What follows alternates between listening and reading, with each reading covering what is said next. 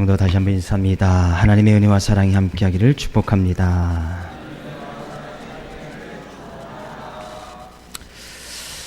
요즘 미국에서 유행하는 유머라는데 맞는지 모르겠습니다. 북한의 김정은이 담화를 발표했습니다. 앞으로 10년 내에 우리는 태양에 인간을 보낼 것이다 라는 담화를 발표한 거예요. 그러니까 기자가 그 담화문을 듣고서 궁금해서 물었습니다.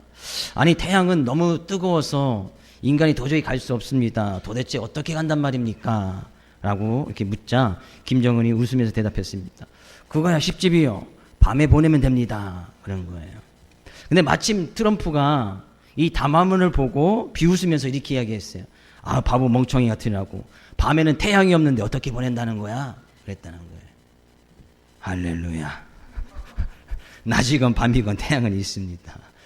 오늘도 하나님께서 크신 은혜를 보여줄 줄 믿습니다. 말씀을 통해서 다시 한번 우리의 신앙과 믿음의 모습을 되돌아보기를 원하고, 또 교회가 평안하여 든든히 서갈 수 있는 교회가 되기 위해서, 또 교회에서 또 어떤 교회가 되어져야 되는지 우리가 또 말씀을 통해서 귀한 은혜를 나누기를 원합니다. 사도행전 4장은 계속해서 말씀이 이어지고 있습니다. 성전 미문에서 구걸하던, 선천적으로 한 번도 걸어보지 못했던 이 안진뱅이 거린이 베드로와 요한을 통해서 기적적으로 하나님의 놀라운 은혜로 그가 고침을 받았고, 그가 성전 안에 뛰어들면서 하나님을 찬양하면서 높였을 때에 많은 사람들이 모이게 되어졌고, 그 가운데서 베드로가 막 설교를 하고 있습니다. 근데 베드로가 막 설교를 할 때에 현장에 유대인 지도자들이 나타나서 두 사도를 체포해서 감옥에 구금해 버렸고, 그 이튿날 그 이스라엘의 최고의 법정기관, 최고의 의사결정기관이에요. 산헤드린 공회라고, 그 공회를 소집하고, 그 산헤드린 공회는 71명의 어떤 유대의 최고 지도자들, 대제사장들, 제사장들, 그 외에 최고 어떤 지도자들이 결성되어서 만들어진 그런 기구예요. 어떻게 보면 지구의 최고의 법정기관, 우리의 대법원 정도, 그런 수준이라고 할 수 있겠지요. 근데 모여서들이 이제 이야기를 합니다. 너희들이 도대체 무슨 권한과 무슨 이름으로 이 안진뱅이를 낳게 하였는가? 그럴 때 베드로가 아주 이제 대답을 하지요.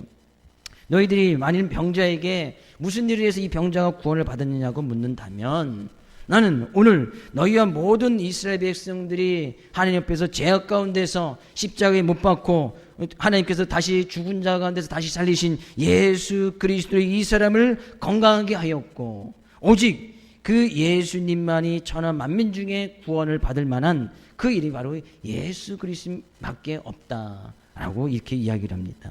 그렇게 아주 이야기를 하고 나니까 그들의 이제 반응이 나타나는 거예요. 13절. 베드로의 답변이 끝났을 때의 상황을 이렇게 이야기를 하고 있습니다. 13절 다시 한번 읽어볼까요? 그들이 베드로와 요한이 담대하게 말함을 보고 그들을 본래 학문 없는 범인으로 알았다가 이상히 여기며 또 전에 예수와 함께 있던 줄도 알고. 베드로가 그렇게 어떤 최고의 법정기관이에요. 누구나 그 앞에 설게 되어지면 죄 없는 사람도 죄를 있게끔 만들어서 그들의 삶의 모든 부분을 결정할 수 있는 그 부분이 바로 이제 산헤드린 공회였단 말이에요. 그래서 누구든지 최고의 지도자들이 다 또 유대 이스라엘 백성들의 또 최고의 지도자들이 다 서 있으니까 그 옆에서 좀 위축될 만도 하고 주눅들 만도 한데, 거기에서 베드로와 요한이 담대하게 말합니다. 근데 그 모습을 보았던 산헤드린의 공회 위원 사람들이 이상히 여겼다는 거예요.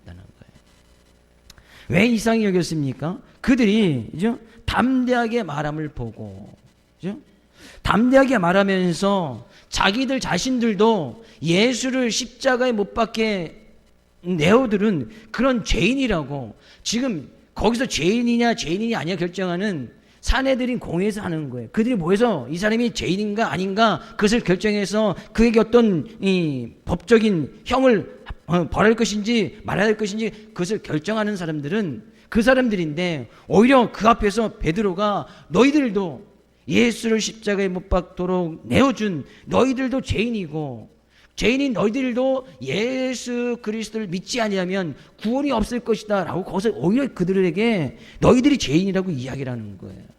그러니까 이들이 너무나 깜짝 놀란 거예요. 다른 사람들 같았으면, 일반 사람들 같았으면 거기서 아무 소리도 못하지요. 오히려 그냥 자기들이 구금되었다가 나왔으니까 오히려 어떤 생명을 구원할 수도 있는 그런 입장이에요. 근데 베드로와 요한은 그러지 않았단 말이에요. 오히려 담대하게 말함을. 야, 그들이 정말 이상하게 생각했다는 거예요. 이상하게 여겼다는 것은 정말 놀라고 정말 깜짝 놀랐다는 거예요. 경탄을 감지 못했다는 거예요. 또 뿐만 아니라 그들이 담대하게 말하는 것을 보고 이상했을 뿐만 아니라 그들이 그들은 본래 학문이 없는 범인으로 알았다가 그들을 봤을 때 베드로와 요한은 학문이 없었다. 전문적인 지식을 배운 적이 없었다는 거예요. 하나님의 말씀을 배운 적이 없었단 말이에요. 우리 실제적으로 잘 알지요. 베드로와 요한은 갈릴리, 지금은 어떤 저 지방 가운데 야 거기서 무슨 선한 것이 날 수 있겠는가? 라고 할 만한 그런 곳에서 태어나였고 거기서 어부 생활을 했던 사람이에요. 그런 사람들에게 어떻게 하나님의 말씀을 배우는 그런 전문적인 기관에 가서 공부했던 것도 아니고, 근데 이들이 하나님의 말씀을 인용하면서 건축자의 버린 돌이 집 모퉁이 되었다 하면서 그런 말씀도 인용하면서 아주 논리적으로 그들도 이 사내들인 공회의 그 사람들에게도 너희들도 죄인이고 하면서 하나님의 말씀을 오히려 그들이 논리적으로 잘 이야기하는 것을 보게 되어집니다. 그래서 너무나 깜짝 놀란 거예요. 학문이 없고 배운 것도 없고, 그죠? 또 그러면서 좀 주눅들만도 하고, 단 그들이 좀 위축될 만도 한데 오히려 담대하게 이야기를 하고, 그죠? 학문이 없는 사람이, 배우기도 못한 사람이 어떻게 저렇게 하나님의 말씀을 인용하여서 논리적으로 잘 이야기를 할 수 있었을까? 너무나 깜짝 놀란 거예요. 우리는 그 이유를 우리가 지난 시간에 살펴보지 않았습니다. 그 앞부분에서 찾아볼 수가 있습니다. 사도행전 4장 8절 말씀 같이 읽어볼까요? 같이 읽어보겠습니다. 이에 베드로가 성령이 충만하여 이르되 백성의 관리들과 장로들아. 베드로가 두 사도가 성령이 충만하여 이르되, 거기에 모여있던 사내들인 공회의 사람들한테도 백성의 관리들과 장로들아, 오히려 그들을 의원님, 공회 의원님, 대제사장님 이렇게 부르지도 아니하고 그냥 관리들과 장로들이라고 불러버린 거예요. 이것은 정말 그런 호칭 가운데서도 있을 수 없는 일이거든요. 근데 그들이 그들 앞에서 담대하게 이렇게 이야기할 수 있었던 것은 그들이 성령이 충만했기 때문이다는 얘기예요. 이 성령이 충만하다는 것은 저희들이 이제 사도행전을 쭉 살펴보면서 가장 먼저 우리가 살펴보았던 말씀이 성령 충만이에요. 그래서 우리가 사도행전을 다른 말로 이제 성령 행전이라고도 이렇게 보통 칭하기도 합니다. 왜? 사도들이, 제자들이 행했던 모든 일 가운데서는 항상 성령님의 도우심이 있었거든요. 그래서 성령의 도우심을 받아서, 그래서 사도행전을 성령 행전이라고도 해요.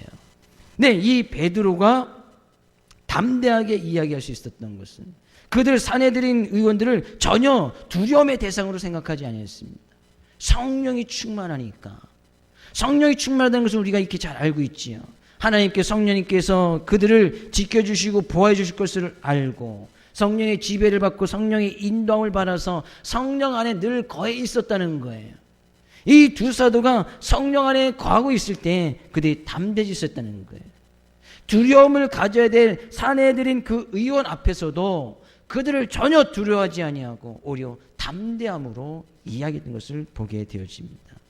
그럴 때 아마 이 베드로와 요한은 이전에 예수님께서 가르쳤던 그 말씀도 아마 기억하고 있었던 것 같아요. 이런 말씀이에요. 마태복음 10장 28절. 몸은 죽여도 영혼은 능히 죽이지 못하는 자들을 두려워하지 말고 오직 몸과 영혼을 능히 지옥에서 멸하실 수 있는 이를 두려워하라. 예수님께서 제자들에게 가르쳐주신 말씀이거든요. 몸은 죽여도 영혼은 능히 죽이지 못하는 자들을 두려워하지 말고, 아마 이들이 사내들인 그 의원들 앞에서 그들이 어떤 죄인시 취급하여서 죄를 뒤집어 쓰어서 신성 모독죄라든지 의원 모독죄를 뒤집어 쓰어서 그들을 아마 사형에 처한다 할지라도 그들의 몸은 그들의 손에서 어떤 사형을 취하게 다 있는 거예요. 그러나 그들의 영혼은 능히 죽이지 못한단 말이죠. 그런 사람들은 결코 베드로와 요한, 성령이 충만했던 사람들의 두려움의 대상이 될 수가 없었어요. 오히려 그들 앞에서 담대하게 너희도 예수를 십자가에 못 박으신 죄인이고 그 예수를 믿어야 구원을 받을 수 있다라고 담대하게 이야기하는 것을 보게 되어집니다. 베드로와 요한이 정말 두려워했던 그 대상은 오직 몸과 영혼을 능히 지옥에 멸할 수 있는 그분이 누구예요? 심판의 주, 이 세상의 모든 것을 주관하고 다스리시는 분, 우리의 몸과 영혼의 모든 문제를 다스리시는 주 여호와 하나님, 그 하나님만 이 베드로와 요한이 두려워했단 말이에요. 두려움의 대상을 분명히 알고 있었어요. 과연 무엇을 두려워야 될 것인가? 정말 이 의원들 앞에서 내가 목숨이나 구걸하면서 그에 줄 들어서 신성모독죄에 걸리면 그에 대해서 형벌을 받을 것인가? 형벌을 받아도 괜찮고 그들이 우리의 육체적인 목숨을 그들이 가져간다 할지라도 그들은 그런 것에 대해서 전혀 두려워하지 아니했다는 거예요. 우리들이 믿음과 신앙을 가지고 나가면서 성령 충만해야 되는 이유는 바로 이곳에 있습니다. 세상 정말 두려워할 것이 너무나 많아요. 세상에 어려움과 문제들이 너무나 많아요. 지금 베드로와 요한이 처했던 그런 문제들도 그들이 당하는 문제잖아요. 최고의 법정기관, 잘못도 없는 그런 것들. 당시에 예수를 증거한다는 것은 정말 그들의 유대인들에 있어서는 안 될 그런 일이었거든요. 예수를 십자가에 죄인이라고 십자가에 못 박아 죽였어요. 유대인들이 사내들인 공회에서 예수 십자가에 못 박아 죽였어요. 근데 그 예수를 또 다시 증거하고 있는 거예요. 그분은 다시 부활했고 다시 이 세상에 오실 것이라고 그 예수를 또 증거하고 있는 거예요. 이것은 있어서는 안 되는 일이었거든요. 근데 그들이 성령이 충만함에 힘입어서 그 예수를 이야기하고 있단 말이에요. 우리가 믿음과 신앙을 가지고 이 세상에서 살아간다는 것은 결코 쉬운 일만은 아니에요. 오히려 그 예수를 믿는 것으로 인해서 수많은 어려움과 곤란과 또한 정말 이 세상의 어떤 것으로 인해서 두려움과 낙망하고 낙심되는 그런 생각에 빠질 일들이 무지수로 너무나 많단 말이죠. 지난 한 주간의 삶의 모습을 되돌아봐도 우리는 많은 곳에서 세상과 싸워서 세상 속에서 때로는 이기기도 하고 때로는 세상과 또는 타협하기도 하고 때로는 세상에 또한 져서 또는 불평과 불만의 모습 또는 낙망하고 낙심에 있었던 우리들의 모습을 발견하지 않습니까? 성경은 그래서 말씀하고 있는 거예요. 성령이 충만하라. 성령의 충만함을 받아라. 성령의 지배를 받고 성령의 인도함을 바라라. 성령이 충만하여 우리가 세상에서 담대하게 내가 예수님 믿는 사람이요. 그 예수를 믿어야 구원을 받을 수 있다고 담대하게 그 예수를 이야기할 수 있고 그 예수로 말미암아 참된 구원의 삶을 살아갈 수 있다는 얘기예요. 우리 옆에 있는 성도에게 축복해 줍니다. 우리 성령의 충만함을 힘입읍시다. 성령 충만해야 이 세상을 살아갈 수 있다 그런 얘기예요. 성령 충만해야. 그러니까요, 이들이 이상하게 여겼을 뿐만 아니라 뭐예요? 그들이 이전에 전에 예수와 함께 있던 줄도 알고 14절 또 병나은 사람이 그들과 함께 서 있는 것을 보고 비난할 말이 없는지라. 그들이 오히려 담대하게 이야기하고 너희들도 죄인이다. 예수 믿어 구원받을 수 있다 라고 이야기하니까 그거에 대해서 반박할 말이 없었다는 거예요. 비난할 말이 없었다는 거예요. 뭐를 이 죄를 끄집어내서 그들의 어떤 형벌을 구해야 될 텐데 그거에 대해서 반박할 말이 없는 거예요. 왜요? 그들이 먼저는 담대하게 이야기하는 것을 보았을 뿐만 아니라 13절에서 읽었듯이 또 전에 예수와 함께 있던 줄도 알고 전에 함께 예수와 함께 있던 줄도 알고 또 병난 사람이 그들과 함께 서 있는 것을 보고 비난할 말이 없었다. 이 이야기는 이 베드로와 요한이 그 이전에 예수님의 제자로서 예수님과 함께 다녔다는 그 사실을 알았다는 것이 아니에요. 전에 예수와 함께 있던 줄도 알고는 지금 이 정말 학문이 없던 어부 출신이었던 이 베드로와 두 사도가 상상을 초월할 정도로 담대함을 가지고 있었고 논리정연하게 하나님의 말씀을 인용하는 것으로 보아서 그들과 함께하고 있는 예수님이 어떤 존재인지 알게 되었다는 거예요. 전에 예수와 함께 있던 줄 알고 예수와 함께 있는 줄, 지금 두 사도를 보니까 쉽게 지금 두 사도를 보니까 베드로와 요한을 보니까 예수님이 어떤 분인지 두 사도를 통해서 알게 되어졌다는 거예요. 그러니까 그 예수에 대해서 뭐라고 비난하거나 반박할 말이 없는 거예요. 네, 그들이 예수님이 십자가에 못 박혀 준 것을 그들이 직접 보았고 부활한 것도 그들이 알고 있었거든요. 공론화에서 예수님의 부활을 이야기하지 못하도록 그들이 억압을 했기 때문에 예수의 부활이 아직까지는 증거되고 있지 않았지만 그 예수의 부활을 증거하고 있었단 말이에요. 근데 뭐라고 이야기할 말이 없는 거예요. 뿐만 아니라 그들과 함께 지금 병 나은 사람이 그들과 함께 서 있는 것을 보았단 말이에요. 우리는 이 병 나은 사람이 왜 그들과 함께 서 있는지 잘 우리는 살펴볼 수가 있습니다. 지금 두 사도가 그들이 어떤 최고의 법정기관인 산헤드린 공회 앞에서 복음을 증거하다가 구금이 되었고 잡혀갔단 말이에요. 만약에 그 예수를 증거했던 그 이유로 사도들에게 형벌이 내어지고 그들을 처형한다면 그 복음을 듣고 낳은 이 안진뱅이에도 피해가 그대로 당연시 오는 것이 확실하지요. 그 이튿날이 되었어요. 누가 증인으로 이 병 나은 사람을 증인으로 참석을 부탁한 사람이 없습니다. 베드로와 요한이 붙잡힌 것을 보고 다른 제자들이 이 안진뱅이에 가서 베드로와 요한이 좀 어려움에 처해 있으니 가서 좀 증인석에 앉아서 좀 증인 좀 서주십시오 라고 그 어느 누구 부탁하지 않았어요. 그 이튿날이 되었을 때에 분명히 어떻게 보면 자기에게도 피해가 올 것이 확실해요. 어려움이 올 것이 확실하단 말이에요. 두 사도가 형벌을 당하면 자기도 형벌을 받을 것이 확실해요. 근데 그 이튿날 버젓이 자발적으로 자기가 공의의 그의 앞에 나타나서 두 사도와 함께 딱 서 있었단 말이에요. 근데 그 모습을 산헤드린 의원들이 딱 본 거예요. 두 사도와 그 병 나은 사람 딱 보니까 예수님이 어떤 분인지 알게 되어졌다는 얘기예요. 예수님이 부활의 주님이 그들과 함께하고 있음을 그들이 보게 되어졌다는 거예요. 이러한 이유들 때문에 그들이 오히려 궁지에 몰릴 수밖에 없었고 할 말을 찾지 못했다는 거예요. 우리가 왜 이 세상에서 성령 충만한 모습으로 담대하게 살아가야 됩니까? 예수님께서 말씀하시잖아요. 내가 세상 끝날까지 너희와 함께 하리라. 그 약속의 말씀 주님께서 우리에게 허락해 주시지 않았습니까? 예수님께서 우리가 어디를 가든지 늘 함께 해주시겠다는 거예요.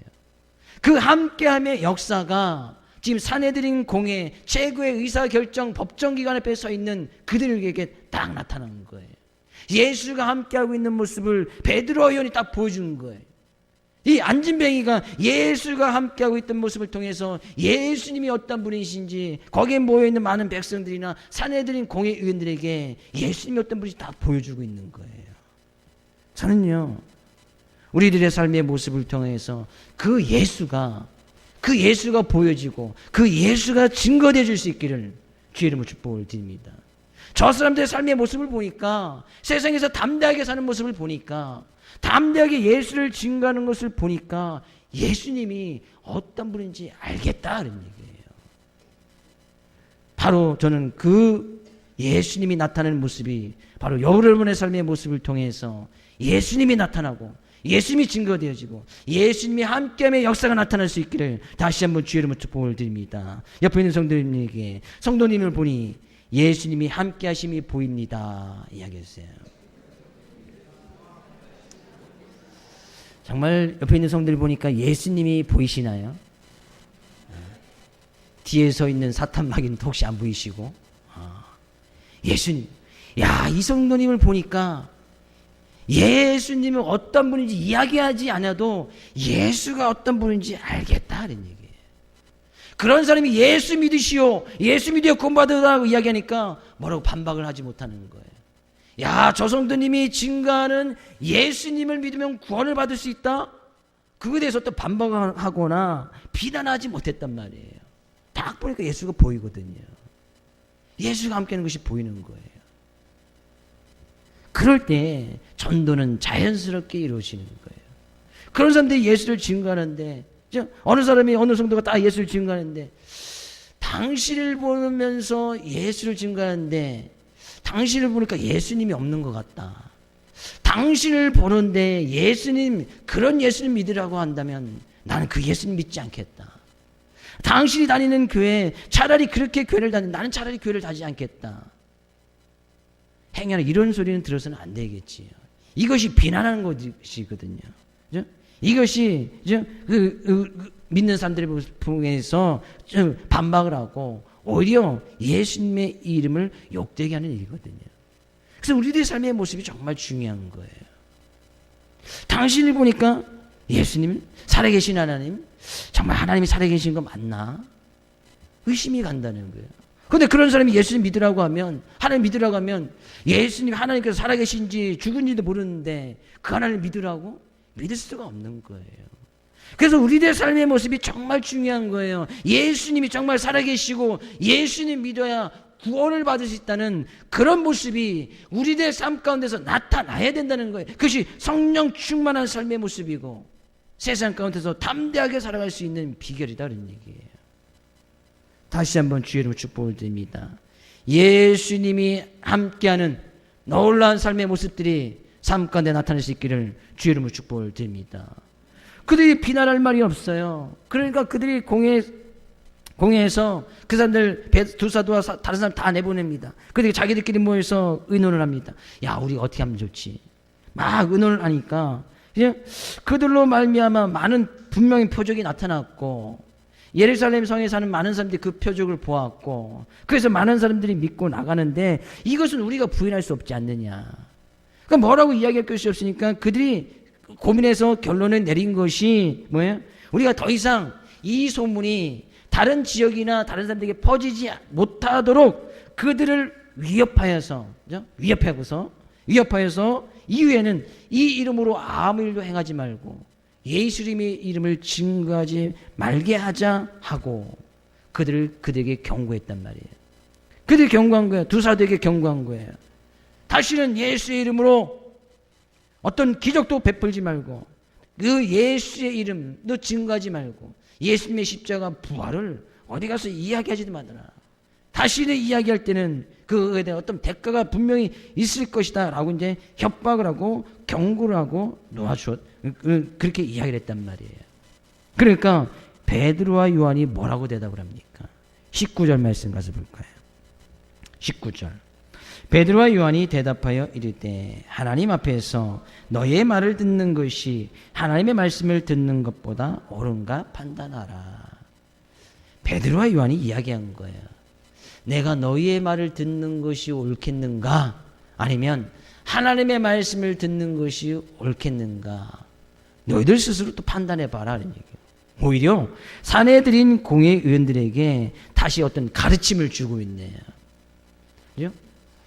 그들 앞에서 담대하게 다시 이야기하는 거예요. 내가 너의 말을 들을까? 아니면 하나님의 말씀을 들을까? 내가 정말 너희들이 두려워서 너희들이 협박하고 경고하고 위협하는 내가 어떤 형벌을 받을 것이 두려워서 내가 너희의 말을 듣는 것이 옳으냐? 아니면 정말 경외의 대상, 두려움의 대상이신 하나님께서 말씀하신 그 하나님의 말씀을 듣는 것이 옳으냐? 너희가 스스로 판단해 보아라. 이런 얘기예요. 베드로와 요한은 절대로 사내들인 공회 의회 사람들을 두려워하지 않았어요. 그러니까 그들을 두려워하지 않으니까 그들이 이야기하는 말을 따를 필요가 없었던 거예요. 예수의 이름을 가르치지도 말고 말하지도 말고 어떤 기적도 행하지도 말고 그들에게 위협하고 그들을 경고했지만 베드로와 요한에게는 그것이 결코 위협의 대상이 아니었다는 얘기예요. 늘 베드로와 요한은 사람들이 말하는 것, 어떤 권력 있는, 최고의 권력 있는 사람들이 있잖아요. 최고의 권력 있는 사람들이 말한 그 말을 따르는 것보다 정말 이 세상의 모든 권력을 가지시고 이 세상의 모든 것을 주관하시며 만왕의 왕 대신 진주로 경외하고 두려워할 그 하나님의 말씀이 그들의 삶의 기준, 그들의 판단의 기준이 되어졌단 말이에요. 늘 베드로와 요한은 하나님의 말씀 앞에서 자기의 삶의 모습을 늘 비추어 보아서 하나님의 말씀을 늘 거울 삼아서 자기들의 삶의 모습을 늘 비추어보고 그 앞에서 자기들의 삶의 모습을 늘 판단하고 어느 것이 옳은 것인가 늘 그 말씀 앞에서 판단하면서 살아나가고 있었다는 거예요. 정말 우리의 믿음의 삶 가운데 중요한 믿음의 원리를 한 가지 더 말씀하고 있네요. 성령 충만한 모습이 무엇인가? 하나님의 말씀을 거울 삼아서 늘 그 거울 앞에서 자기 자신을 들여다보는 거예요. 그리고 어느 것이 옳은가 판단하는 거예요. 그러면 늘 어느 것이 옳은지 말씀을 통해서 이것이 옳은 것인지 그런 것인지 판단할 수 있겠지요. 그럼 그 말씀을 따라가게 되겠지요. 그것이 바로 성령 충만한 삶의 모습인 거예요. 사내들인 공회 의원들은 하나님의 말씀을 너무나 잘 알고 있던 사람들이에요. 왜? 대제사장, 제사장, 또 그 당시에 어떤 최고의 지파들, 사두개인들, 분명히 구약에 있는 모든 말씀을 거의 다 알고 있었고 또 다른 말씀을 가르치고 하는 그런 사람들이었단 말이에요. 근데 그들이 의식하는 것은 뭐예요? 그들이 이야기하기를 야 많은 사람들이 이 모든 것을 알고 있다. 또 많은 사람들이 지금 여기에 모여 있다. 그들의 시선은 늘 많은 사람들이었어요. 자기들의 권력을 유지하고 자기의 의원 자리에 계속 앉아있기 위해서는 사람들이 자기들을 지지해주고 투표를 해줘야 그 자리에 앉아있을 거 아니에요. 그래서 많은 사람들이 그렇게 의식을 하고 있으니까 그들은 사람들의 시선이나 의식이나 표에 관심이 있었지 하나님의 말씀에는 전혀 관심이 없었단 말이에요. 그러니까 많은 사람들이 모였으니까 그들을 의식해서 우리가 어떻게 하면 좋지? 어떻게 하면 좋지? 그럼 우리 이겁하고 놔주자. 그들이 말하는 것도 사실이니까 달리 방법을 찾을 수가 없는 거예요. 많은 사람들이 보고 있으니까 많은 사람들이 그 기적으로 병 나은 사람이 지금 그 하나님을 찬양하고 있으니까 이것은 부인할 수가 없었잖아요. 그러니까 그런 사람들을 의식해서 베드로와 요한을 만약에 처벌하거나 어떤 형벌을 내린다면 그 사람들이 분명히 또 어떤 반란을 일으킬 것이 분명하단 말이에요. 사내들인 공회의원 사람들은 사람들만 의식한 거예요. 어떤 권력을 유지하는 자기 자리만 의식하고 있었단 말이에요. 그러나 베드로와 요한은 그런 거 전혀 연연하지 않았습니다. 사람들이 어떻게 자기를 보고 있는지 그것이 일단 중요한 것이 아니에요. 물론 우리는 이 세상을 살아가면서 다른 사람이 나를 어떻게 보는지 그것도 좀 의식도 해가면서 살아가야 되지만 그 이전에 앞서서 베드로와 요한은 늘 하나님의 말씀으로 자기 자신을 판단하였고 그것을 거울 삼았다는 얘기예요. 그래서 어느 것이 옳은가, 어느 것이 그른가, 어느 것을 먹어야 되느냐, 어느 것을 먹지 말아야 되느냐, 어떤 길을 가야 되느냐, 어떤 길은 가지 말아야 되느냐, 늘 말씀의 판단의 기준 앞에 살고 있었다는 얘기예요. 말씀의 거울 앞에 서 있을 때에 세상적으로 어떤 경고가 옵니다. 위협을 당합니다. 그럴 때도 담대하게 그것을 이길 수 있는 거예요. 세상의 믿음과 신앙을 지켜나가면서 세상에 어떤 어려움을 당할 수도 있어요. 고난을 당할 수 있어요. 그러나 말씀 앞에 서 있으면 과연 내가 어느 것을 따라야 되는지 분명히 그게 서게 될 것이고 정말 바르게 판단해서 올바른 삶을 살아갈 수 있게 되어진다는 거예요. 우리가 삶을 산다는 것은요, 어떻게 보면 대단히 쉬운 일이에요. 왜? 우리는 가만히 있어도 24시간 하루가 금방 지나갑니다. 가만히 있어도 살게 되어지는 거예요. 늙는 거 정말 어렵지 않습니다. 늙는 거 어렵지 않지요? 하면 내년 옵니다. 하면 5년 오고, 하면 10년 와요. 그죠? 늙는 거요. 가만히 있으면 그냥 늙어요. 먹지 않고 싶어도 나이를 먹게 되어지고, 세월은 우리가 아무리 막을 수 없는 것이 세월이잖아요. 가만히 있으면 늙는 거예요. 죽는 것도 힘든 일이 아니에요. 하나님께서 우리의 육체적인 호흡 딱 막아버리면 죽는 거 그냥 끝난다. 숨을 못 쉬면 그냥 죽는 거예요. 그러나 우리가 이 세상을 살아갈 때 정말 바르게 살아간다는 것은 쉬운 일이 아닌 거예요. 바르게 늙어가는 것.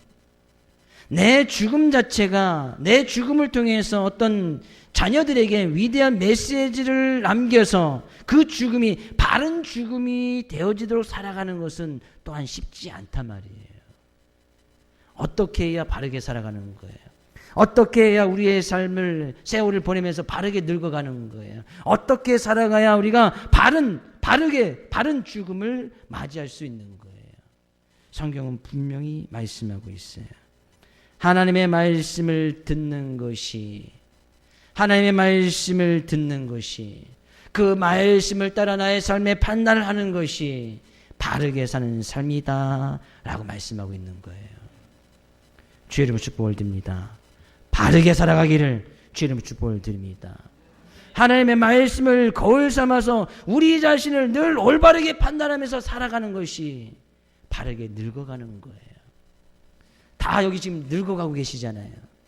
젊어지신 분 없지요?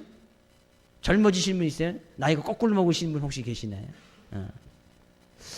성주는 아직까지는 젊어지고 있어요. 학생이니까. 성주 병창이는 아직까지는 젊어지고 있어. 몇 세까지요? 25살까지는 젊어져요. 25 넘어가면 우리 육체적인 모습은 세포가 이제 더 이상 사람마다 좀 차이는 있겠습니다만 세포가 이제 잘 생성되는 것이 이제 그때부터 더뎌진답니다. 새로운 세포가 나타나는 것이 더뎌져요. 그래서 상처가 나도 젊을 때는 금방금방 낫지요. 세포가 다시 살아나고 빨리빨리 하니까. 근데 나이가 들수록 상처가 나도 잘 쉽게 낫지 않아요. 젊을 때는 하루면 낫던 것이 이제 30대 되면 이틀, 40대 되면 사흘, 50대 되면 안 나. 이제 안 나. 이제 세포가 회생이 안 돼. 저도 상처를 좀 입었는데 안 나. 잘 안 나요. 20대가 떴으면 뭐 이것쯤이야 하면서 그냥 금방 말할 때 조금 이게 살짝 긁힌 것도 잘 낫지 않아요. 한 일주일 정도 있어야 약도 바르고 이전에 약이 뭔 필요 있습니까? 그냥 빨간 약 바르면 모든 것이 다 낫잖아요. 배 아파도 빨간 약, 뭐 다쳤어도 빨간 약, 뭐 그냥 손톱 빠져도 빨간 약, 뭐 목이 물려도 빨간 약. 그것만 해서 다 낫잖아요. 안 그러셨나 봐요. 젊으셨을 때.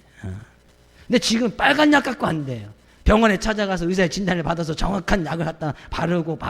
그래서 집에 연고도 수십 가지 연고가 있어요. 수십 가지. 이럴 땐 이거 발라야 돼. 이럴 땐 이거 발라야 되고. 그렇게 하면 잘 낫지 않는단 말이에요. 요즘 뭐 병도 많이 다양해졌기 때문에 그럴 경우도 있겠지만 바르게 늙어간다는 거 쉽지 않단 말이에요. 바르게 나이를 먹어가는 거. 그래서 내가 딱 나중에 육체적인 죽음을 당했을 때에 자녀들에게 죽음이란 이런 것이다라는 분명한 메시지를 남겨주고 죽는 것은 쉽지 않단 말이에요. 어떻게 해요? 하나님의 말씀을 거울 삼아서 늘 우리들의 자신을 돌아봐야 된다는 거예요. 그래서 판단해야지요. 이것이 정말 옳은 것인가? 이것이 정말 그런 것인가? 그런 삶의 모습을 보여줄 때도 자녀들이 그 부모의 모습을 보게 될 것이고, 만약에 그 부모가 육체적인 죽음을 당했을 때, 우리 부모님의 죽음은 나에게 큰 아주 중요한 메시지를 던져주었다. 그것을 사람들이 이야기할 것이 아니에요. 옆에 있는 성도에게 하나님의 말씀을 거울 삼읍시다. 우리 올바르게 늙어갑시다. 그래서 주의 이름으로 축복을 드립니다. 올바른 죽음을 다 맞이할 수 있기를 주의 이름으로 축복을 드립니다. 베드로가 또 이야기해요. 우리는 보고 들은 것을 말하지 아니할 수 없다. 우리는 하나님의 말씀에 의해서 보고 들은 것 말하지 않을 수 없다. 너희들이 아무리 위협하고 권고해도 나는 그 예수를 이야기할 것이고 그 예수를 통해서만 구원받을 수 있다는 것을 분명히 이야기하면서 살아갈 것이다 라고 이야기하는 거예요. 그러니까 그들이 또 뭐라고 대답할 것이 없는 거예요. 그들 왜 21절 가서 볼까요? 21절. 관리들이 백성들 때문에 그들을 어떻게 처벌할지 방법을 찾지 못하고 다시 위협하여 놓아주었으니, 그들은 백성들만 신경 썼단 말이에요. 그들을 통해서 의원 자리 하나 차지하는 것, 그것에만 신경 썼단 말이에요. 그러니까 그들 때문에 어떻게 방법을 찾지 못한 거예요. 그래서 또 다시 그들이 하는 어처구니 없는 일은 또 다시 위협한 거예요. 그래도 하지마. 그들의 힘으로 그들을 억압하려고 했지요. 그럼 베드로와 요한에게 그것이 틀립니까? 그렇지 않았다는 거예요. 그런데 그들이 거기에 모여있던 백성들이, 이는 모든 사람이 그 된 일을 보고 하나님께 영광을 돌림이라. 거기 있는 모든 사람들이 하나님께 영광을 돌렸다는 거예요. 하나님께 분명히 베드로와 요한을 통해서 성전 미문에서 구걸하고 있던 그 사람이 나은 것을 많은 사람들이 보았거든요. 네, 그들이 결정적으로 하나님께 영광을 돌린 이유를 22절에서 말씀하고 있어요. 22절. 거기에 모였던 백성들 하나님께 영광 돌린 이유 22절. 이 표적으로 병나은 사람은 40여 세나 되었더라. 여기 뭐 영의 성경에 있지만 그 앞에는 왜냐하면이라는 것이 있어요. 그들이 백성들이 하나님께 영광을 돌림이라. 왜냐하면 그 이유는 원문에도 그 이유가 있어요. 왜냐하면 그 표적으로 기적으로 말미암아 병나은 사람이 40여 세나 되었더라. 병나은 사람에 대해서 이야기하는데 그 사람이 나이를 이야기하고 있어요. 그것이 그들이 하나님께 영광을 돌렸던 이유라는 거예요. 거기에 있는 많은 사람들이 왜 하나님께 영광을 돌렸느냐? 물론 그 병나은 것이 물론 기적적으로 나왔기 때문에 그렇지만 그 병나은 사람이 40세가 되었다네. 40세. 40여 세나 되었더라. 40여 세가 조금 넘었더라는 얘기. 40세 정도 되었더라는 얘기예요. 왜 그 사람이 40세가 된 것을 가지고 하나님께 영광을 돌렸을까요? 그 이유를 알 수가 있어요. 그 병나은 사람은 어린아이가 아니었어요. 40세. 어린아이가 아니지요. 만약에 병나은 사람이 어린아이였더라. 7, 8세 되었더라. 그러면 사람들이 생각하기를 이 어린아이는 아직 좀 발육이 늘어서 앞으로 성장할 수 있는 기회가 많이 있으니까 그렇게 생각할 수도 있었겠지요. 청소년이라고 이야기하지 않았어요. 힘이 있으니까 젊으니까 계속 훈련을 하고 제어하면 훨씬 더 좋아지겠지라는 그런 희망을 줄 수도 있잖아요. 근데 이 병나은 사람이 40세였다. 왜 40세를 강조하고 있냐면 당시에 로마의 지배를 받고 있던 그 당시 이스라엘 백성들의 평균 수명이 40세 정도였다고 해요. 평균 수명이 그렇다는 거예요. 더 오래 사는 사람도 있을 것이고 더 적게 사는 사람도 있었겠죠. 그 당시에는 의학이라는 것이 발달되지 않았기 때문에 어린아이 때 중수된 사람들이 많잖아요. 그러니까 그것을 평균적으로 내면 평균 수명이 40세 정도였다는 거예요. 그러면 지금 이 병나은 사람은 평균 수명을 넘게 산 사람인 거예요.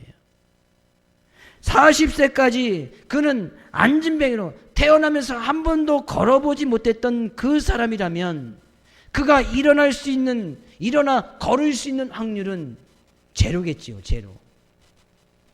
태어나면서 한 번도 걷지 못한 사람이 만약에 어린아이나 청소년이 있다면 어느 정도 희망이 있잖아요.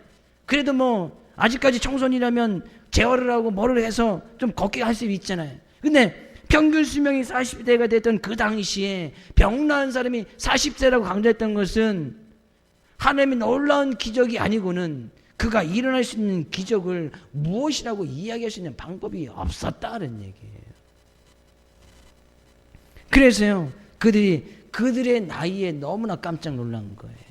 이것은 하나님의 능력이 아니고 이건 도저히 불가능한 일이다. 벌써 어떻게 보면 그 이전에 죽어야 될 사람이 평균 수명이 40이니까 늘 구걸을 하고 남의 거 얻어먹는 사람이 좋은 거나 먹겠습니까? 좋은 집에서 하나 살겠습니까? 그런데 지금 40여 세나 되어져서 살고 있단 말이에요. 근데 거기에 놀랍게 그들이 뛰어서 번쩍번쩍 뛰면서 걸어다니는 그런 모습을 많은 사람들이 보게 된 거예요. 그 나이가 40세가 된 것에 더욱더 놀란 거예요. 뿐만 아니라 그 안진뱅이가 지금 사내들인 공의 앞에서 두 사도와 함께하고 있는 그 모습을 보고 하나님께 영광을 돌렸다는 거예요. 왜? 서두에서 말씀드렸듯이 그 안진뱅이를 보니까 예수가 보인 거예요. 그 안진뱅이를 보니까 하나님께 영광 돌릴 만한 충분한 이유가 그들에게 보인 거예요. 이 안진뱅이의 용기가 또 대단하지요. 자발적으로 찾아서 사도들과 어떤 형벌을 받으면 같이 받겠다는 거예요. 두 사도가 죽으면 자기도 죽겠다는 거예요. 이것은 주님께서 함께 하시는 역사가 아니고 놀란 기적이 아니면 있을 수가 없는 일이었단 말이에요. 그래서 거기 많은 사람들이 하나님께 영광을 돌렸다. 그 백성들의 시선을 생각하고 있는 사내들의 공의회 사람들은 어떻게 비난하거나 어떻게 처벌할 방법을 찾지 못하고 그냥 위협하여서 놓아주는 그런 수준에 불과했다는 얘기예요. 우리는 이 세상의 삶을 살아가면서 믿음이라고 하는 것은요, 이 안진뱅이처럼 어떻게 용기 있는 사람이 믿음을 더욱더 굳건하게 지킬 수 있다고 생각이 되어집니다. 어쩌면 그에겐 정말 대단한 결단에 용기가 필요했던 거예요. 산에 들인 공의 앞에 자발적으로 나타난다? 병을 좀 나았으면 그거 할 일도 많았잖아요. 이제 어떻게 보면 평균 수명을 살았으니까, 이제 나이 늙어서 곧 죽게 되었으니, 한 번도 걷지 못해 봤으니까 걷고 싶은 것도 많을 것이고, 가보고 싶은 데도 많이 있을 것이고, 그동안 제대로 가족이 살아있다면 가족과 좀 보내고도 싶을 것이고, 어떻게 보면 거의 노후잖아요. 노후를 좀 편안하고 또 살고 싶은 그런 어떤 인간적인 욕심도 분명히 있었을 거예요. 그래서 분명히 어디를 떠나거나 아니면 또 그 형벌을 받을 것이 두려워서 피해서 숨을 수도 있었을 텐데, 용기를 내어서 그 앞에 나가고 어떤 처벌도 받겠다는 거예요. 이것이 안진뱅이 가지고 있었던 믿음이지요. 그게 놀라운 믿음이 나타나는 거예요. 우리는 이 세상의 믿음, 이 세상에서 신앙생활을 한다는 것, 세상에 어떤 유혹과 미혹이 늘 도사리고 있습니다. 늘 때로는 낭망되고 낙심되는 그런 상황 가운데 있을 수도 있어요. 그러나 그런 가운데서도 우리는 오직 주님만을 의지하고 주님께서 함께 하셨던 그 약속의 말씀을 붙들고 나가야 할 줄로 믿습니다. 나이가 많든 적든 그것은 상관이 없어요. 세상에 유혹이 있든 없든 그것은 상관이 없어요. 하나님께서 우리의 삶 가운데 좀 편안한 삶을 허락해 주시든 또 불편한 삶을 허락해 주시든 그것은 문제가 되지 않는 거예요. 가진 것이 많든 적든 그것은 문제가 되지 않습니다. 이 세상에 학문이 있든 없든 그것은 중요한 것이 아니에요. 있으면 어떻고 없으면 어떻습니까? 그런데 내가 정말 어떻게 주님만을 바라보고 주님만을 전적으로 의지하고 살아가느냐, 그럴 때 우리의 믿음은 더욱더 굳건해질 수 있고 이 세상에서도 담대하게 살 수 있으며 성령 충만한 삶의 모습으로 밝히 그들의 삶의 모습을 통하여서 예수 그리스도를 나타낼 수 있게 되어지더라 하는 얘기예요. 한 주간도요, 이 말씀을 온전히 의지하여서 주님의 말씀을 가지고 좀 우리의 삶의 모습을 좀 판단했으면 좋겠어요. 사람들 너무나 의식하지 마십시오. 세상에 어떤 위협이 있고 세상에 어떤 두려운 문제가 있는다 할지라도 그 뒤에 계시는 하나님을 우리는 바라볼 수 있어야 된다는 거예요. 그것이 바로 믿음이지요. 당장의 두려움과 낭망되고 낙심되는 상황이 온다 할지라도 그 상황을 가지고 그 상황의 문제를 판단하게 되지면 분명히 실수를 해요. 그러나 그런 상황 가운데서도 하나님의 말씀을 가지고 잘 판단하고 그 말씀을 따라가면 그것이 성령 충만한 삶의 모습이고 그런 삶의 모습을 통해서 놀라운 일들이 일어나게 되어질 거예요. 한 주간도 그 말씀을 따라서 용기 있는 귀한 삶의 모습으로, 담대한 삶의 모습으로 세상에 그 어떤 유혹과 미혹과 시험이 온다 할지라도 말씀을 통하여 승리하는 귀한 삶의 모습으로 주님 앞에 담대히 설 수 있기를 주의 이름으로 축복을 드립니다.